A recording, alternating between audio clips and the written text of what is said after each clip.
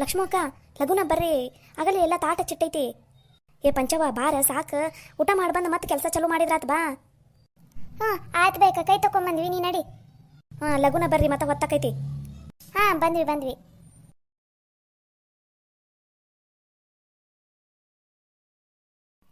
ಸಾಗರಪ್ಪರ, ನಿಮಗೆ ಗಾವಾಗುತ್ತಾನೆ ಏನಿಲ್ಲ, ನೆಲದ ಮೇಲೆ ಕುತ್ಕೊಂಡು ಊಟ ಮಾಡಕ್ಕೆ ನಿಮಗೆ ರೂಢಿ ಇರಲ್ಲ. ಕೆಳಗೆ ಕುತ್ಕೊಂಡು ನಾವು ಮನೆಯಿಂದ ಕುರ್ಚೆನಾರ ತರಲಿಲ್ಲ ರೀ ನಿಮ್ಗೆ, ಮರ್ತ ಬಿಟ್ವಿ ನೋಡ್ರಿ.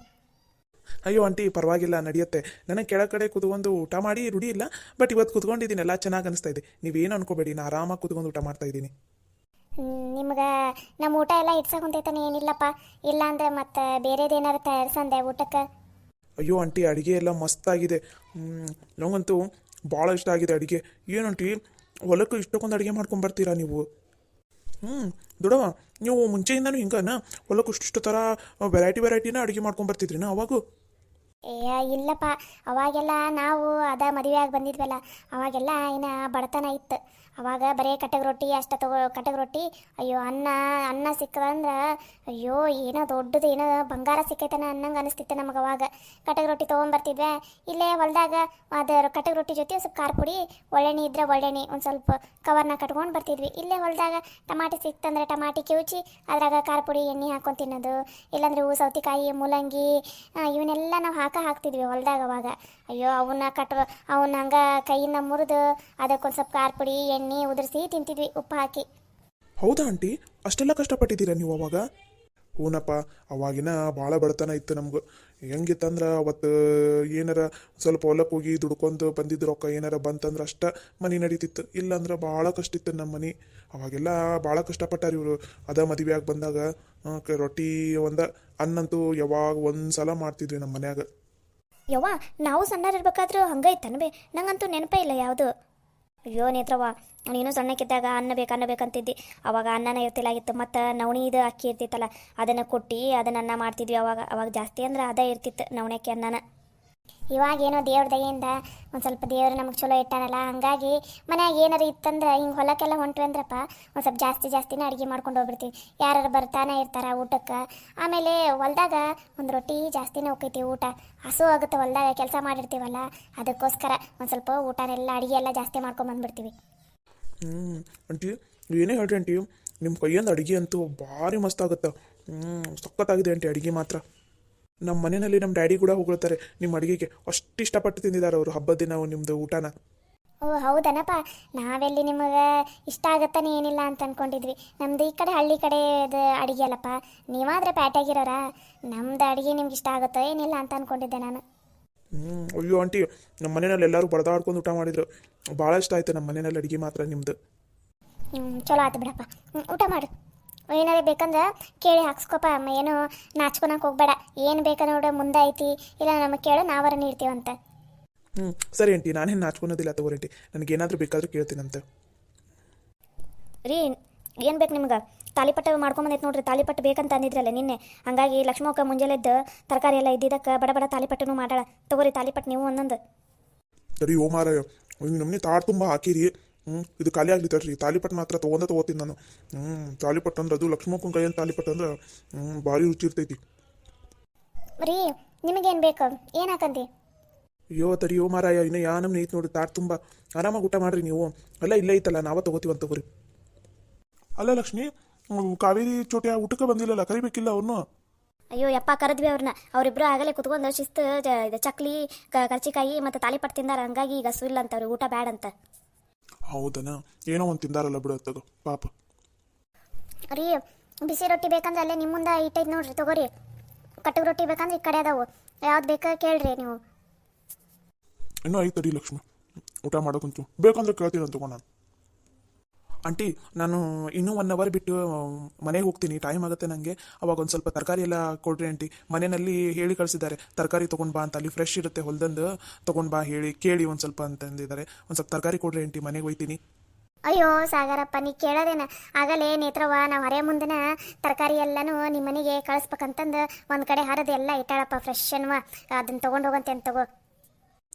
ಹೌದನ್ರಿ ನೇತ್ರವ್ರೆ, ನಾ ತರಕಾರಿ ಒಯ್ಯಿ ಅಂದ್ರೆ ನಿಮ್ಗೆ ಹೆಂಗೆ ಗೊತ್ತ್ರಿ? ಅಯ್ಯೋ ಸರ್, ಅಷ್ಟೊಂದು ಫ್ರೆಶ್ ಅನ್ನೋ ತರಕಾರಿ ಇದ್ದಾವೆ, ಮನೆಗೆ ಒಯ್ದರೆ ಎಲ್ಲರೂ ತಿಂತಾರೆ. ಅದರಲ್ಲೂ ಅಂಕಲಿಗೆ ಫ್ರೆಶ್ ತರಕಾರಿ ಅಂದರೆ ಭಾಳ ಇಷ್ಟ ಅಲ್ಲ, ಅದಕ್ಕೋಸ್ಕರ ಎಲ್ಲ ಹರಿದಿಟ್ಟಿದ್ದೀನಿ. ನೀವು ಊರಿಗೆ ಹೋಗೋ ಮುಂದೆ ಕೊಡ್ತೀನಿ ಅಂತ ತಗೋರಿ. ಅಲ್ಲ ದೊಡವ, ನೀವು ಅವಾಗ ಹೊಲಕ್ಕೆ ಬರ್ತಿದ್ರಲ್ಲ, ಬರೀ ರೊಟ್ಟಿ ಅಷ್ಟೇ ತರ್ತಿದ್ರೇನ? ಪಲ್ಯ ಏನೂ ಮಾಡ್ತಾನೆ ಇಲ್ಲ ಆಗಿದ್ರೇನು ಮನ್ಯಾಗ? ಅವಾಗ ಪಲ್ಯ ಎಲ್ಲ ಮಾಡ್ಕೊತ ಎಲ್ಲಿ ಕೂತ್ಕೋತಿದ್ವಿ ಮನ್ಯಾಗ. ಅದು ಅಲ್ದ ಪಲ್ಯ ಮಾಡಕ್ಕೆ ಮನ್ಯಾಗ ಸಾಮಾನು ಇರ್ತಿಲ್ಲಾಗಿತ್ತು, ಭಾಳ ಕಷ್ಟ ಇತ್ತು ಅವಾಗ. ಅದಕ್ಕೋಸ್ಕರ ಇಲ್ಲೇ ಹೊಲ್ದಾಗ ಸಿಗ್ತಿತ್ತಲ್ಲ ಸೊಪ್ಪು ಗಿಪ್ಪು, ಅವನ್ನ ಚಂದನ ತಂಗ ನೀರಾಗ ತೊಳ್ಕೊಂಡು ಅವನ ಕೈಯಿಂದ ಇಟ್ಟು ಮುರಿದು ಅದ್ರ ಮೇಲೆ ಒಂದು ಸ್ವಲ್ಪ ಉಪ್ಪು ಖಾರ ಪುಡಿ ಎಣ್ಣೆ ಹಾಕ್ಕೊಂಡು ಕಟ್ಟಗೆ ರೊಟ್ಟಾಗಿ ತಿಂದ್ವಿ ಅಂದ್ರೆ ಎಷ್ಟು ರುಚಿ ಅನ್ನಿಸ್ತಿತ್ತಂದ್ರೆ. ಅದಕ್ಕೆ ಮನೆ ಹೇಳೋದು ಬರೋಬ್ಬರಿ ಐತೆ ನೋಡ್ರಿ. ಅವಾಗ ಊಟದ ರುಚಿ ಹೆಂಗಿರ್ತಂದ್ರೆ, ಇವಾಗಿನ ಎಣ್ಣೆ ಗಿಣ್ಣೆ ಅದು ಇದು ಹೊಡಿತಾರಲ್ಲ, ಅಷ್ಟು ರುಚಿ ಬರಂಗಿಲ್ಲ. ಅವಾಗಿನ ಕಾಲದಂದು ತರಕಾರಿ ಅಂದ್ರೆ ತರಕಾರಿ ಬಿಡ್ರವು. ಲಕ್ಷ್ಮಿ, ಇದು ಕೊಡದಿಟ್ಟಿನ ಪಲ್ಯ ಭಾರಿ ಆಗೈತೆ ನೋಡಿ. ಜುಣ್ಕ ಮಾತ್ರ ಮಸ್ತಾಗೈತೆ ನೋಡಿ ಜುಣ್ಕ. ಅದಕ್ಕೆ ಜುಣ್ಕ ಮಾತ್ರ ಅನ್ನ ಊತ ಆಗೈತೆ ನೋಡ್ರಿ ಇವತ್ತು. ಹೌದನಪ್ಪ, ಸರಿ ಮತ್ತೆ ಬೇಕಾರೆ ಹಾಕ್ಸ್ಕೊಂತೀನ್ರಿ. ನಾನು ಅದಕ್ಕೆ ಭಾಳ ತಂದೀನಿ. ನಿಮ್ಗೆ ಜುಣ್ಕ ಅಂದ್ರೆ ಭಾಳ ಇಷ್ಟ ಅಲ್ಲ ಅಣ್ತಮ್ಮಗೆ, ಅದಕ್ಕೋಸ್ಕರ ಜಾಸ್ತಿನೇ ತೊಗೊಂಬಂದೀನಿ. ಹಾಕ್ಕೊಂತೀನಿ ಹೊಟ್ಟೆ ತುಂಬ. ಅಡುಗೆ ಎಲ್ಲ ಮಸ್ತಾಗಿದೆ ಆಂಟಿ. ರೊಟ್ಟಿ ಅಂತೂ ಎಷ್ಟು ಮೆತ್ತಗಾಗಿದೆ, ಪಲ್ಯ ಎಲ್ಲ ಮಸ್ತಾಗಿದೆ ಆಂಟಿ. ನಂಗಂತೂ ನಿಮ್ಮ ಮನೆಯಿಂದ ಊಟ ಭಾಳ ಇಷ್ಟ ಆಯಿತು. ಚಲೋ ಆತು ಬಿಡಪ್ಪ, ಊಟ ಮಾಡ್ರಿ ಹೊಟ್ಟೆ ತುಂಬ. ಪರ್ಸಪ್ಪ, ಅನ್ನಂಗ ಸರಸ್ವತಿನ ಯಾವಾಗ ಕರ್ಕೊಂಬರ್ತೀರಿ? ಆಗಲೇ 5ರಾಗ ಬಿಡಾಕ್ ಬಂತಲ್ಲ. ಹೌದು ನೋಡ, ನಾನು ಮನೆಯಿಂದ ಕೇಳ್ಬೇಕಂತ ಇದ್ದೆ. ಈ ಮನೆ ಕೆಲಸದಾಗ ಮತ್ತು ಈ ಹೊಲದ ಕೆಲಸದಾಗ ಗದ್ದಲಾಗ ಮರ್ತಾ ಬಿಟ್ಟಿದ್ದೆ. ನೀನು ಕಾಣಿಸ್ತಾನೆ ಇಲ್ಲ ಆಗಿದ್ದಿ. ಮನೆಗೆ ಬಂದ್ರೂ ಕೇಳದ ಮರ್ತು ಬಿಟ್ಟಿದ್ದೆ. ಯಾವಾಗ ಕರ್ಕೊಂಬರ್ತೀಯಪ್ಪ ಸರಸ್ವತಿನ? ಅಯ್ಯೋ ಅತಿಯಮ್ಮ, ಮುಂದಿನ ವಾರದಾಗ ಕರ್ಕೊಂಬರ್ಬೇಕಂತ ಮಾಡೀನಿ. ಆಕಿನೂ ಬರ್ತೀನಿ ಅಂತ ಅಂದಾಳ. ಮುಂದಿನ ವಾರನ ಬರ್ತೀನಿ ತಗೋರಿ ಅಂತ ಅಂದ. ಅದಕ್ಕೆ ಮುಂದಿನ ವಾರನ ಕರ್ಕೊಂಬರ್ತೀನಿ ಅತಿಯಮ್ಮ. ಚಲೋ ಆಯ್ತು ಬಿಡಪ್ಪ. ನಂಗೆ ಕೂಸು ಆರಾಮೈತಿಲ್ಲ? ಹ್ಞೂ ಅತಿಯಮ್ಮ, ಪಾಪುನೂ ಆರಾಮೈತಿ, ಸರಸ್ವತಿನೂ ಆರಾಮದಾಳ. ಸರಸ್ವತಿಗೆ ಆ ಮನೆಯ ತವ್ರ ಮನೆ ಆಗಿದ್ರು ಲಕ್ಷ್ಯ ಎಲ್ಲ ಇಲ್ಲೇ ಐತತಿಯಮ್ಮ. ದಿನಕ್ಕೆ ಒಂದು 20 ಸಲ ಕೇಳ್ತಾಳೆ ನಿಮ್ಮನ್ನು. ಅಯ್ಯೋ ನಾನು ಅಕ್ಕನವ್ರನ್ನೆಲ್ಲ ಭಾಳ ಮಿಸ್ ಮಾಡ್ಕೊಳಕ್ಕೆ ಕೂತ್ಬಿಟ್ಟಿನಿ, ಅವ್ರ ಜೊತೆ ಇದ್ದಿದ್ರಲ್ಲಿ ಆರಾಮಿರ್ತಿದ್ದೆ, ಇಲ್ಲೊಬ್ಬಕ್ಕೆ ಆಗ್ಬಿಟ್ಟಿನಿ ಅಂತ ಹೇಳೋದಾಕಿ. ಹೌದನಪ್ಪ, ನಾವು ಅಷ್ಟಪ್ಪ. ಆಕೆ ಒಬ್ಬೇಕಿದ್ರೆ ಇನ್ನೂ ಚಲೋ ಆಕೈತೆ ನಮಗೆ. ಮತ್ತೇನು ಮಾಡೋದು, ಡಿಲಿವರಿ ಆದಾಗ ಒಂದು 5 ತಿಂಗಳರ ತವ್ರ ಮನ್ಯಾಗ ಒಂದು ಸ್ವಲ್ಪ ಚಂದನ ತಂಗ ಆರೈಕೆ ಮಾಡ್ಕೋಬೇಕಲ್ಲಪ್ಪ. ಮತ್ತು ಅದಕ್ಕೋಸ್ಕರ ಸುಮ್ಮನೆ ಆಗಿರೋದು ಇವಾಗ. ನಾನು ನಾಳೆ ಅಥವಾ ನಾಡ್ದು ಹೋಗಿ ಬರ್ಬೇಕಂತ ಮಾಡಿನತಿಯಮ್ಮ. ಇದು ಹೊಲ್ದನ ಕೆಲಸ ಒಂದು ಸ್ವಲ್ಪ ಕಮ್ಮಿ ಆತಂದ್ರೆ ಹೋಗಿ ಮಾತಾಡ್ಸ್ಕೊಂಬರ್ತೀನಿ. ಈಗ 2 ವಾರ ಆತು ಹೋಗಿಲ್ಲಲ್ಲ, ಅದಕ್ಕೆ ಹೋಗಿ ಬರ್ಬೇಕಂತ ಮಾಡೀನಿ ಇನ್ನೊಂದು 2 ದಿನದಾಗ. ಆತು ತಗೋರಪ್ಪ, ಹೋಗಿ ಬಾ. ಅಯ್ಯ, ಏನು ಬೇಕ್ರಿ ನಿಮ್ಗೆ? ಸಾಗರಪ್ಪ, ನಿಮ್ಗೆ ಏನು ಬೇಕು ಹೇಳಪ್ಪ, ಏನಾರು ಬೇಕಾದ್ರೆ ನೀಡ್ತೀವಿ. ಅಯ್ಯೋ ಆಂಟಿ, ಇನ್ನೂ ತಾಡು ತುಂಬ ಹಂಗೆ ಇದೆ. ಎಷ್ಟಕ್ಕೊಂದು ಹಚ್ಚಿಬಿಟ್ಟಿದ್ದೀರಾ ನೀವು. ಪಲ್ಯ ಗಿಲ್ಯ ಚಟ್ನಿ ಪುಡಿ ಎಲ್ಲ ಇನ್ನೂ ಇದೆ ಆಂಟಿ. ನಂಗೆ ಏನು ಬೇಡ ಇವಾಗಲೇ. ಅಯ್ಯ, ವಯಸ್ಸಿನ ಹುಡುಗಪ್ಪ ನೀನು, ಹೊಟ್ಟೆ ತುಂಬ ತಿನ್ಬೇಕು.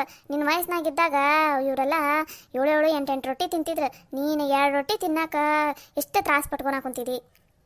ಏನಂಟಿ, ಅಷ್ಟೊಂದು ರೊಟ್ಟಿ ತಿನ್ನೋದಕ್ಕಾಗುತ್ತಾ? ಹ್ಞೂನಪ್ಪ, ಅವಾಗ ಹಂಗೆ ತಿಂತಿದ್ವಿ ನಾವು. ಯಾಕಂದ್ರೆ ಕೆಲಸನೂ ಹಂಗೆ ಮಾಡ್ತಿದ್ವಿ. ಒಂದು ಮುಂಜಾನಿಂದ ರಾತ್ರಿ ತನಕ ಹೊಲ್ದಾಗ ಹೆಂಗೆ ದುಡಿತಿದ್ವಿ ಅಂದ್ರೆ ಹಂಗಾಗಿ ಹೊಟ್ಟೆ ಹಸಿತಿತ್ತಲ್ಲ. 8 10 ರೊಟ್ಟಿ ತಿಂತಿದ್ವಿ. ನಿಮ್ಮ ಆಂಟಿ ಈಕಿ ನನ್ನ ಹೆಂಡತಿ ಕೈಯಂದು. ಅಂಕಲ್, ನೀವು ಅವಾಗ ಹಂಗೆ ಕೆಲಸ ಮಾಡ್ತಿದ್ರಿ, ಹಂಗೆ ಊಟ ಮಾಡ್ತಿದ್ರಿ. ಇವಾಗ ನಮ್ದು ಏನು ಅಂಕಲ್ ಕೆಲಸ? ಎಲ್ಲ ಕುಂತಲ್ಲೇ ಕೆಲಸ ಮಾಡೋದು. ಹಾಗಾಗಿ ಹೊಟ್ಟೆನೇ ಹಸಿ ಆಗೋದಿಲ್ಲ. ಅದು ಇಲ್ಲಿ ಹೊಲದಲ್ಲಿ ಈ ಗಾಳಿಗೆಲ್ಲ ಒಂಥರ ಏನೋ ಡಿಫ್ರೆಂಟ್ ಟ್ರಿಪ್ಪಿಗೆ ಬಂದಿದ್ದೀನಿ ಏನೋ ಅಂತ ಅನಿಸ್ತಾ ಇದೆ ನನಗೆ. ಹಾಗಾಗಿ 2 ರೊಟ್ಟಿ ತಿಂತಾ ಇದ್ದೀನಿ. ಮನೆಯಲ್ಲಾದರೆ ಒಂದೇ ರೊಟ್ಟಿನ ತಿನ್ನೋದು. ಹೊಲದ ವಾತಾವರಣಕ್ಕೆ ಈ ಗಾಳಿಗೆ ಊಟ ಜಾಸ್ತಿ ಹೋಗೈತಪ್ಪ. ಒಂದೊಂದು ರೊಟ್ಟಿ ಜಾಸ್ತಿನ ತಿನ್ಬೇಕು ಅನಿಸ್ತೈತಿ. ನೀನು ಆರಾಮಾಗಿ ತಿನ್ನಿ, ಏನೂ ಅವಸರ ಇಲ್ಲ. ವಯಸ್ಸಿನ ಹುಡುಗ ಚಂದನ ತಂಗ ಗಟ್ಟಿ ಮುಟ್ಟಾಗಿ ತಿಂದು ಗಟ್ಟಿ ಮುಟ್ಟಾಗಿರ್ಬೇಕು ನೀನು. ಈ ಪಿಜ್ಜಾ, ಈ ಬರ್ಗರ್, ಅದೆಂತೆಂಥದ್ದು ಅಂತಾರಲ್ಲಪ್ಪ, ಅಂಥದ್ದೆಲ್ಲ ಬಿಟ್ಟು ಈ ರೊಟ್ಟಿ ಪಲ್ಯ ಇಂಥವೆಲ್ಲ ತಿಂದ್ರೆ ಒಂದು ಸ್ವಲ್ಪ ದೇಹಕ್ಕೆ ಶಕ್ತಿನಾರ ಬರ್ತೈತಿ.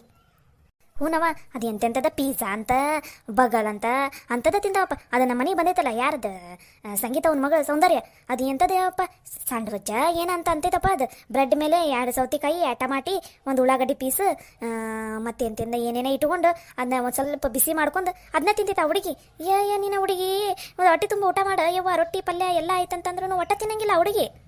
ಅದಕ್ಕೆ ಆ ಹುಡುಗಿ ನಮ್ಮನಿ ತಳ್ಳಗ ನಾಯಿ ಬಡಿಯೋ ಕೋಲ್ ಇದ್ದಂಗೈತಿ. ಹ್ಞೂ ರೀ ಮಾವರ, ಎಂತ ಚಲೋ ಮನ್ಯಾಗ ರೊಟ್ಟಿ ಪಲ್ಯ ಎಲ್ಲ ಮಾಡಿರ್ತೀವಿ, ಒಟ್ಟ ತಿನ್ನಂಗಿಲ್ಲಪ್ಪ ಹುಡುಗಿ. ಅದೇ ಬರೀ ಯಾವಾಗ ನೋಡಿದ್ರು ಕೆಳಗಡೆ ಒಂದು ಬ್ರೆಡ್, ಮ್ಯಾಲೊಂದು ಬ್ರೆಡ್, ನಡಕ ಉಳ್ಳಾಗಡ್ಡಿ ಟಮಾಟಿ ಸೌತಿಕಾಯಿ ಅವನ್ನೆಲ್ಲ ಇಟ್ಕೊಂಡು ಬಿಸಿ ಮಾಡೋದು. ಅದು ಇನ್ನೊಂದು ಏನೋ ಹಾಕ್ತಾಳಪ್ಪ, ಅದು ಹಾಕಿದ ತಕ್ಷಣ ಹೆಂಗೆ ಆಗತ್ತದ ಬ್ರೆಡ್ ಎಲ್ಲ. ಅದನ್ನ ಅದೆಂಥದ ಸಾಸನಿ ಅಂತದ್ರಾಗ ಹಚ್ಕೊಂಡು ತಿಂತೈತಪ್ಪ ಹುಡುಗಿ. ಅಯ್ಯೋ ದೇವ್ರೆ ಅಂತಂದೆ ನಾನಂತೂ. ಅಯ್ಯೋ ಯವ್ವ, ನಮ್ಮ ಮನ್ಯಾಗ ಆರಾಮಿಲ್ಲ ಅಂದ್ರೆ ಅಷ್ಟೇ ನಾವು ಬ್ರೆಡ್ ತಿನ್ನೋದು. ಈ ಥರ ಆರಾಮಿದ್ದಾಗೆಲ್ಲ ಬ್ರೆಡ್ ತಿನ್ನಂಗಿಲ್ಲಪ್ಪ ಅಂತಂದೆ ನಾನಂತೂ ಹುಡುಗಿಗೆ. ಅವ್ರ ಅವಾಗ ಮೊದ್ಲ ಅಡುಗೆ ಮಾಡಕ್ಕೆ ಬರಂಗಿಲ್ಲ, ಅಡುಗೆ ಮಾಡೋದು ಕಷ್ಟ ಅಂತಂದು ಇಂಥವು ಏನಾರ ಕಲ್ತು ಬಿಡ್ತಾವ. ಇದನ್ನು ದೊಡ್ಡದಾಗಿ ನಾನು ಇದು ತಿಂತೀನಿ ಅಂತ ಹೇಳ್ಕೊಂಡು ಅದನ್ನ ಮಾಡ್ಕೊಂಡು ತಿಂತಾವ ಅವು. ಹಂಗಾಗಿ ಈಗಿನ ಹುಡುಗರಿಗೆ ಶಕ್ತಿನೇ ಇರಂಗಿಲ್ಲ. ಎಷ್ಟು 20 ವರ್ಷ 30 ವರ್ಷನಷ್ಟಿಗೆ ಅವಾಗಲೇ ಬೆನ್ನು ನೋವು, ನಡ ನೋವು, ಕಾಲು ನೋವು ಅಂತವು. ಊಟ ಹೊಟ್ಟೆ ತುಂಬ ಚಂದನ ತಂಗಿ ಏನು ತಿನ್ಬೇಕು ಅಂತ ತಿಂದ್ರೆ ದೇಹಕ್ಕೆ ಶಕ್ತಿ ಸಿಗ್ತೈತಿ. ಅದನ್ನ ಬಿಟ್ಟು ಇಂಥದ್ದೆಲ್ಲ ತಿಂದ್ರೆ ದೇಹಕ್ಕೆ ಏನು ಶಕ್ತಿ ಸಿಗ್ತೈತಿ? ಊಟ ಎಲ್ಲ ಭಾರಿ ಆಗೈತಿ ಅತ್ತಿಗೆಮ್ಮ ಇವತ್ತಂತೂ. ನಮಗಂತೂ ಹೊಟ್ಟಿ ತುಂಬ ಹೊತ್ತು ನೋಡ್ರಿ. ಇನ್ನೊಂದು ರೊಟ್ಟಿ ಕೊಡೋ ಅತ್ತಿಗೆಮ್ಮ ಆ ಕಡೆನ ಅದಾವಲ್ಲ, ಕಟಕ್ ರೊಟ್ಟಿ ಕೊಡಿಲ್ಲಿ. ತಗೋರಿ ಕಟಕ್ ರೊಟ್ಟಿ ಅಂದ್ರಲ್ಲ.